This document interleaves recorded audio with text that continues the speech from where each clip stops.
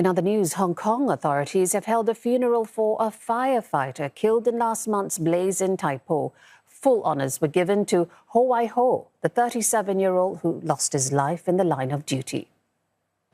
Ho's colleagues paid their last respects at Sha Tin Fire Station, where he served.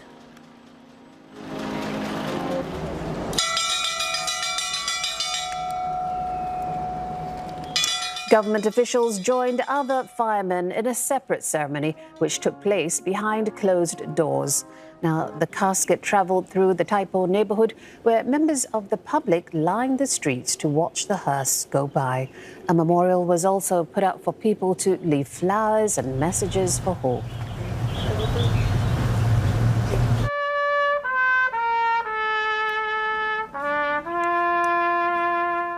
Ho was later taken to his final resting place at Gallant Garden, reserved for civil servants who lost their lives in the line of duty.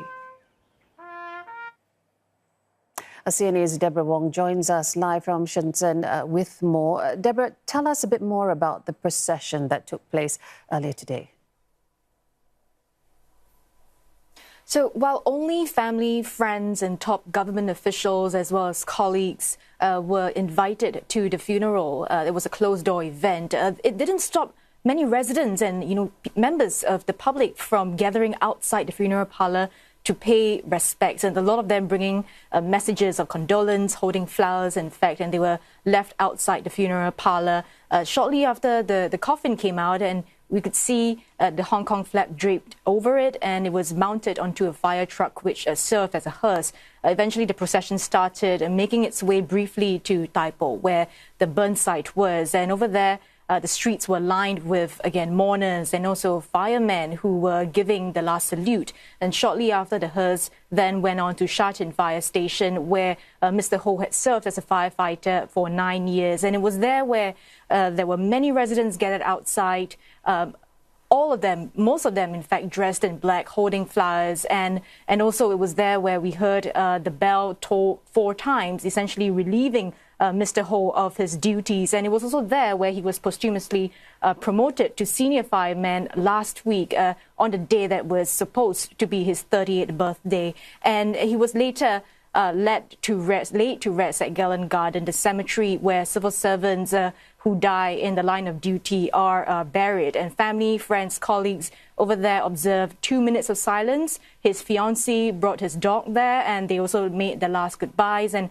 the moment actually turned quite emotional, where his colleagues eventually, if you see pictures of men in uniform with the yellow helmets, they carried his yellow helmet, laid it on the coffin as the coffin was lowered into the ground, and shortly after they surrounded the burial site and just knelt down, and they turned quite emotional and they called out their last goodbyes. So we did speak to some residents. Let's have a listen. 因為我哋呢個何偉雄消防員英勇殉職，我哋係好心痛，好難過所以我今日一定要嚟送別何 Sir， 係啦。我們作為香港市民，為我們的香港的消防員付出了自己寶貴的生命，我們感到心中特別的難過。So Mr. Ho was among the first batch of firefighters who responded to the scene, and within 30 minutes he actually lost contact with his teammates, and they eventually found him unconscious and brought him to the hospital, where he was declared dead a couple of hours later. And 12 other firefighters sustained injuries. In fact, the entire blaze took over 43 hours to put out, and firefighters attributed that to very challenging scenario. The temperatures were hot, and there were narrow alleyways that were littered with debris. Yeah, and it's been 3 weeks since that fire already, Deb. What are some of the policy changes and even implementations of some of those policies that you've observed in the aftermath? So in fact, we just gotten information that the government just invoked an ordinance dissolving Wang Fuk Court's owners corporation for the first time. It's never happened in Hong Kong before, and they've appointed a separate entity to assist residents in the post-recovery. So this comes days, in fact, after local media reported that the current and the former chairman of the Owners Corporation were arrested. Now, the Owners Corporation is actually involved in the tender process for choosing choosing a contractor for the renovation works.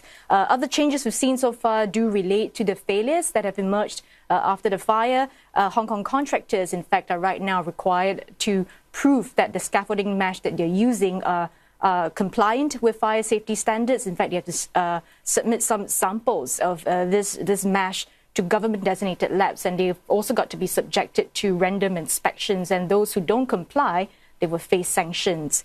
Other than that, the Fire Services Department is stepping up inspections of all buildings in Hong Kong, prioritizing buildings that are currently undergoing major renovation works and working with property managers to ensure that these systems are working, they're not malfunctioning, because what we saw in the Wang Fuk Court incident was that the fire systems all failed except for one building.